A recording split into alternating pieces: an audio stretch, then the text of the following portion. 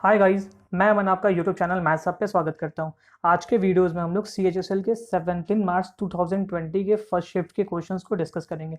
So guys, ये videos को आप लोग पूरा एंड तक देखिए, क्योंकि ये आने वाली जो CHSL एग्जाम जो कि अगस्त में होना है उसके पॉइंट ऑफ व्यू से बहुत ही ज़्यादा इंपॉर्टेंट है, क्योंकि इसी टाइप के क्वेश्चन जो है वो हर बार रिपीट करते हैं। चलिए गाइस, हम लोग वीडियोज़ को स्टार्ट करते हैं।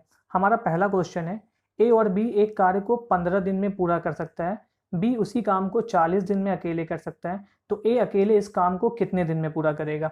सो गाइस, देख ले सबसे पहले कि ए प्लस बी ये दोनों मिलके कर रहा है तो 15 दिन ले रहा है, और बी अकेले करता है तो 40 दिन लेता है। तो हम लोग क्या करेंगे, सबसे पहले यहाँ पे कुछ टोटल वर्क मान लेते हैं जो कि इस 15 और 40 का एलसीएम होगा, जो कि यहाँ पे हमारा 120 हो गया। अगर 15 दिन में पूरा 120 काम करता है तो एक दिन में कितना काम करेगा, 8। और ये 40 दिन लेता है 120 काम करने के लिए, तो एक दिन में कितना करेगा, 3। तो इस तरीके से आप लोग देख लें कि बी की इफिशियंसी 3 हो गई और ए प्लस बी 8 है, तो यहाँ से ए की इफिशियंसी अगर पूछे तो कितनी हो जाएगी, 5। मतलब ए जो है वो एक दिन में 5 काम करता है। टोटल काम कितना करना है, 120। तो ए को कितना डेज लगेगा, तो ये 120 डिवाइडेड बाई 5 मतलब कितना हो गया, 24 डेज। तो ए जो है ये पूरा जो है वो 24 डेज में जो है वो पूरा वर्क कर लेगा। चलिए गाइस, इसके बाद हम लोग नेक्स्ट क्वेश्चन की ओर आते हैं। हमारा नेक्स्ट क्वेश्चन क्या कह रहा है, 8 साल और 10 साल के लिए रेट ऑफ इंटरेस्ट 10% के अकॉर्डिंग जो हमारा जो साधारण ब्याज मतलब सिंपल इंटरेस्ट का जो डिफरेंस है वो 200 दे रखा है। तो हमसे पूछा प्रिंसिपल क्या हो जाएगा। तो देखिए, रेट जो होता है वो एक साल का होता है, एक साल में 10%, तो 10 साल में आपको टोटल इंटरेस्ट कितना मिलेगा, तो 10 साल में आपको इंटरेस्ट मिलेगा 100%, और 8 साल में इंटरेस्ट मिलेगा कितना, 80%। और दोनों के इंटरेस्ट का जो डिफरेंस है जो कि 200 के बराबर है। ठीक है, अब यहाँ पे निकाल लीजिए 100% माइनस 80% मतलब कितना हो गया, 20%, जो कि बराबर कितने के हैं, ये 200 के। तो 20% का वैल्यू 200 हो गया। हमको क्या निकालना है, प्रिंसिपल, जो कि कितना होता है 100%। तो 20 को 100 बनाने के लिए 5 से इंटू करेंगे, तो इधर भी 5 से इंटू कर लेंगे। तो हमारा ये क्या हो गया, 100% का जो वैल्यू है वो बराबर हो गया 1000 के। सो हमारा प्रिंसिपल क्या हो जाएगा, ये 1000 हो जाएगा। इसके बाद चलिए गाइज हम लोग नेक्स्ट क्वेश्चन की ओर आते हैं। हमारा नेक्स्ट क्वेश्चन क्या दे रखा है, नेक्स्ट क्वेश्चन दे रखा है sine 30 minus cos 30 divided by sine 60 plus cos 60 का वैल्यू क्या होगा। सो गाइज देख लीजिए, साइन 30 का वैल्यू जो है वो 1/2 होता है, माइनस कॉस 30 का वैल्यू √3/2 होता है, डिवाइडेड बाई साइन 60 का वैल्यू √3/2 के होता है, और कॉस 60 का वैल्यू 1/2 होता है। अब हम लोग इस अगर 2 का एलसीएम ले ले तो यहाँ पे तो 2 हो जाएगा, यहाँ पे 1 माइनस √3, और नीचे में यहाँ पे अगर हम लोग 2 को एलसीएम ले ले तो क्या हो जाएगा, 1 प्लस √3। ये 2 से ये 2 कैंसिल हो गया, तो यहाँ पे हमारा वैल्यू क्या आ गया, 1 माइनस √3 बाई 1 प्लस √3। अब हम लोग इसको रेशनलाइज कर लेते हैं, तो प्लस है तो माइनस वाले से रेशनलाइज कर लेंगे, तो 1 माइनस √3 से ऊपर और नीचे दोनों इंटू कर लिए। तो देखिए ये क्या बन गया, 1 माइनस √3 इंटू 1 माइनस √3, 1 माइनस √3 का होल स्क्वायर। तो ये 1 माइनस √3 का होल स्क्वायर हो गया, और नीचे ए प्लस बी इंटू ए माइनस बी, ए स्क्वायर माइनस बी स्क्वायर, तो 1 माइनस √3 का स्क्वायर 3 हो जाएगा। इसको रीअरेंज करेंगे तो क्या आ जाएगा, 1 a square plus b square 3 minus 2√3 और डिवाइडेड बाई -2। तो ये हमारा कितना हो गया, 3 + 1 4, और यहाँ पे आ गया 4 माइनस 2√3 बाई -2। तो हम लोग यहाँ पे जो है वो -2 को कॉमन निकाल देंगे, तो यहाँ पे क्या बचेगा, -2 प्लस √3 बाई -2, इससे ये कैंसिल हो गया। सो हमारा आंसर जो है वो क्या हो गया, √3 -2, यही हमारा आंसर हो गया। चलिए गाइज, इसके बाद हम लोग जो है वो नेक्स्ट क्वेश्चन की ओर आते हैं। हमारा नेक्स्ट क्वेश्चन क्या कह रहा है, नेक्स्ट क्वेश्चन हमारा दे रखा है कि cosec x plus cot x का वैल्यू जो है वो 2 के बराबर है। तो आपसे पूछा है कि बताएं कि साइन एक्स बराबर क्या होगा। सो गाइज, आपको तो ये फार्मूला पता है कि cosec square x minus cot square x का वैल्यू 1 होता है।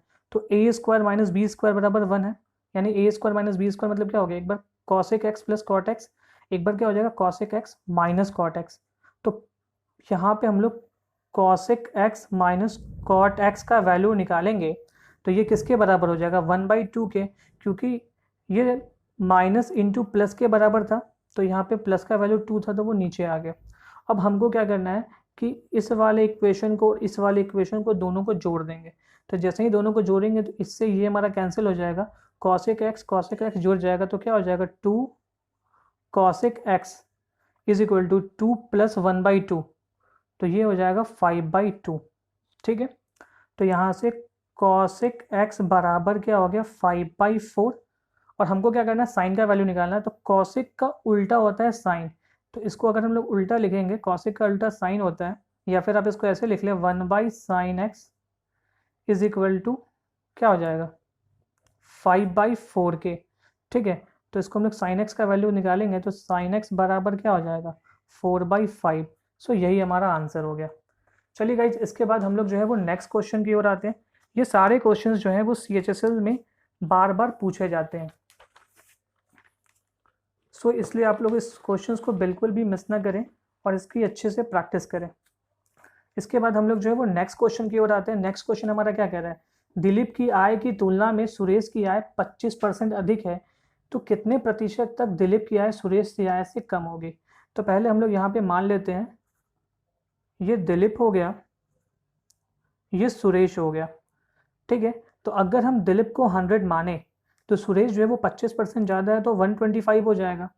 और हमसे पूछा है कि ये कितने प्रतिशत कम है सुरेश की आय से, तो ये 125 है, ये 100 है, कितना कम है, तो 25 कम है कितने में 125 में इंटू 100, तो 25 से ये कितनी बार में 5 बार में, 5 से ये 20 बार में, तो आंसर हमारा कितना हो गया 20%।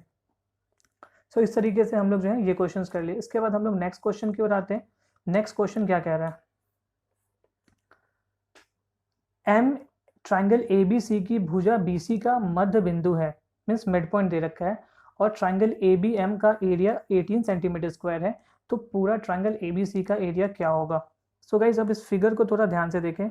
ये एक ट्राइंगल है ABC, और यहाँ पे ये जो M है ये इसका मिड पॉइंट है, और हमको क्या दे रखा है ट्राइंगल ABM, इसका जो एरिया है वो 18 दे रखा है। ठीक है, ट्राइंगल ABM मतलब ये वाला ट्राइंगल का एरिया जो है ये 18 सेंटीमीटर स्क्वायर दे रखा है। ठीक है, तो आपसे पूछा है कि पूरे ट्राइंगल का एरिया क्या होगा। सो गाइस, ये मिड पॉइंट है, मतलब ये BM का लेंथ जो होगा वो MC के बराबर होगा, और हाइट जो होगा वो दोनों ट्राइंगल का सेम होगा। तो अगर बेस सेम है तो ट्राइंगल का एरिया भी क्या होगा इक्वल होगा। तो अगर ये मिड, क्योंकि ये जितना जितना ये लेंथ है उतना ही लेंथ ये है, तो ये 18 है, तो ये भी कितना हो जाएगा 18 सेंटीमीटर स्क्वायर। तो पूरे ट्राइंगल ABC का एरिया क्या हो जाएगा 18 + 18 मतलब 36 सेंटीमीटर स्क्वायर, क्योंकि ABM भी 18 है और AMC भी कितना 18 हो जाएगा, दोनों को ऐड कर लेंगे तो 36 सेंटीमीटर स्क्वायर, यही हमारा एरिया हो गया।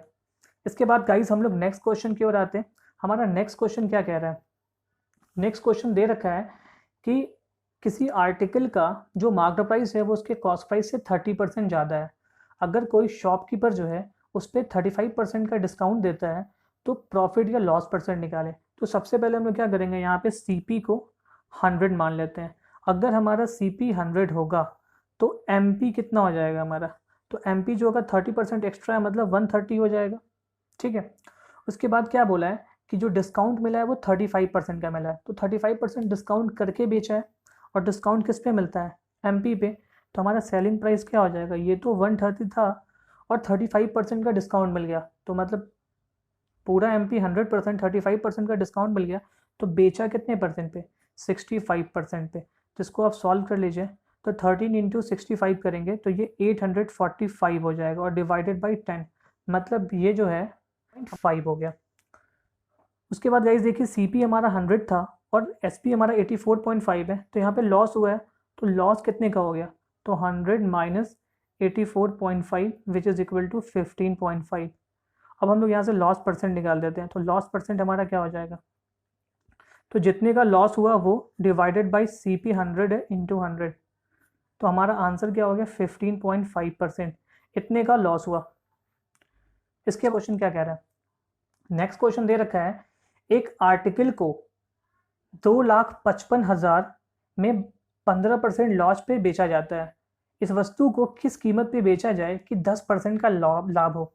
सो गाइस अब ध्यान से देखिए, आपको जो है वो 2,55,000 में बेचने पर आपको क्या हो रहा है, 15% का लॉस हो रहा है। तो CP 100%, 15% का लॉस हो गया, तो बेचे कितने परसेंट पे, 85% पे।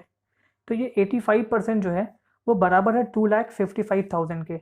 और हमको बोला है किस पर बेचा जाए कि 10% का प्रॉफिट हो, मतलब हमको क्या निकालना है, 110% का वैल्यू। तो आप निकाल दीजिए 2,55,000 बाई 85 इंटू 110। 85 से 255 कट जाएगा 30 बार में, सॉरी 3 बार में, और यहाँ पे ये 3 0, ठीक है। 11 इंटू 3 33, और यहाँ पे ये 4 0। तो ये हमारा आंसर आ गया 3,30,000, ठीक है। इसके बाद गाइज हम लोग नेक्स्ट क्वेश्चन की ओर आते हैं। हमारा नेक्स्ट क्वेश्चन क्या कह रहा है, हमारा नेक्स्ट क्वेश्चन दे रखा है कि x प्लस 1/x का होल स्क्वायर बराबर है 3 के। तो आपसे पूछा है कि बताएं x to the power 60 plus x to the power 54 plus x to the power 42 plus x to the power 36 का वैल्यू क्या होगा। सो गाइस, जैसे कि मैंने अलजेब्रा के पिछले वाले वीडियोस में इसके बारे में बताया था पूरे डिटेल में, अगर आप लोग उस वीडियो को नहीं देखे हैं सो गाइस उस वीडियो को देख सकते हैं। तो यहाँ से हम लोग क्या कर सकते हैं, x प्लस 1/x का जो वैल्यू है वो किसके बराबर हो गया, √3 के बराबर। और हमने बताया था कि अगर x प्लस 1/x बराबर √3 होता है तो x टू द पावर 6 का वैल्यू जो है वो -1 के बराबर होता है, ठीक है। और यहाँ से हम लोग ऐसे भी लिख सकते हैं x टू द पावर 6, ये इधर आएगा तो इसको लिख सकते हैं x टू द पावर 0 बराबर 0। मतलब ये बताए थे कि अगर x टू पावर 6 जो है और यहाँ पे x टू द पावर 0 है, मतलब अगर पावर का डिफरेंस 6 का हो और ये प्लस में हो तो आंसर हमेशा 0 होगा। तो यहाँ पे देख लीजिए पावर का डिफरेंस कितने का है, 6 का, और ये प्लस में तो आंसर 0। पावर का डिफरेंस 6 का है, प्लस में तो आंसर 0, सो हमारा आंसर यहाँ पे 0 हो गया। यही हमारा आंसर हो गया। इसके बाद गाइज हम लोग नेक्स्ट क्वेश्चन की ओर आते हैं। क्वेश्चन क्या कह रहा है कि ट्रायंगल ABC में AB जो है वो 8 सेंटीमीटर दे रखा है, BC 3 सेंटीमीटर। तो बोला थर्ड साइड AC का पॉसिबल लेंथ क्या हो सकता है। तो अगर ये एक ट्रायंगल है तो इस ट्रायंगल में आप थोड़ा ध्यान से देखें, हमको क्या दे रखा है AB जो कि कितना है 8 सेंटीमीटर, और हमको क्या दे रखा है BC जो कि कितना है 3 सेंटीमीटर। तो ये थर्ड साइड ये जो AC है इसका पॉसिबल लेंथ क्या हो सकता है। तो आप देख लीजिए कि ये जो AC का जो साइड होगा, ठीक है, वो लाई करेगा इस दोनों के साइड के डिफरेंस और जो है इस दोनों के साइड के सम के बीच में लाई करेगा। मतलब ये 5 हो गया, 5 is less than AC less than कितना 11। मतलब AC जो होगा वो 5 से मतलब उसके डिफरेंस से बड़ा होगा और 11 जो कि उसके सम से छोटा होगा। मतलब पॉसिबल लेंथ जो है वो 6 to 10 हो सकता है। तो यही हमारा आंसर हो गया। चलिए गाइस, इसी तरीके से हम लोग जो है इसके जो नेक्स्ट क्वेश्चंस हैं जो कि शिफ्ट 1 में पूछे गए हैं वो अगले वीडियोस में उसके साथ मिलते हैं। तब तक के लिए बाय।